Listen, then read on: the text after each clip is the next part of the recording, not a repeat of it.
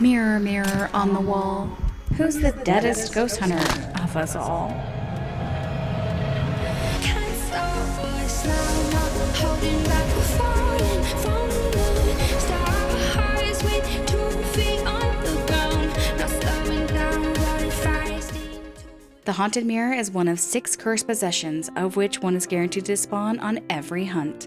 The mirror can be found in each location as seen here. Of the cursed possessions, the haunted mirror is by far the most simple and easy to use. Simply pick up the mirror and use it or turn it on to see the location the ghost is currently in. When using the mirror, players will see the current area the ghost is in, with any players or changes in the room as well. In other words, if your teammate is in the room, you will see your teammate in the mirror. If objects in the room have been moved, you can also see that in the mirror. This view will slowly rotate around the room. Players can look in the mirror multiple times as long as they click to stop using or to turn off before reaching 0 sanity. There are 2 major ways this is useful to ghost hunters. First, it is the quickest way to discover your ghost location. If you are familiar with the map that you are currently playing, you should be able to cross-reference what you see and quickly find the ghost. However, in my experience, this can be very difficult in locations with lots of rooms that look very similar. For example, it might be tough to find your ghost if it is in one of the many asylum rooms, or if it's one of several classrooms in the high school. The second is that when looking into the mirror, the player's sanity is quickly drained. The player using the mirror will lose 7.5% sanity per second, and this includes the time to raise and lower the mirror.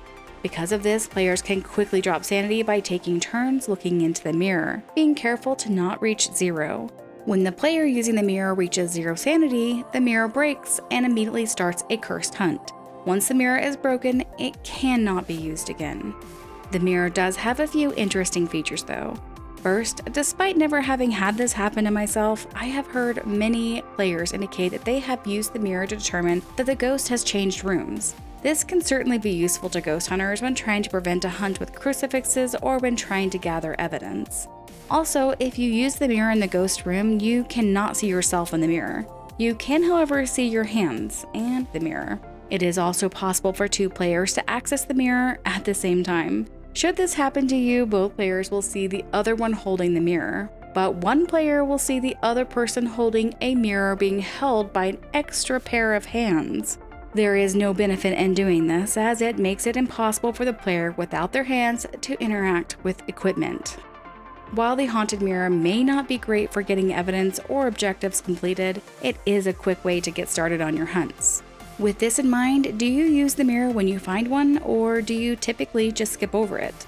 Do you like this cursed possession, or do you prefer other cursed possessions more? Let me know in the comments below. Thanks for watching, remember to like and subscribe, and as always, happy hunting.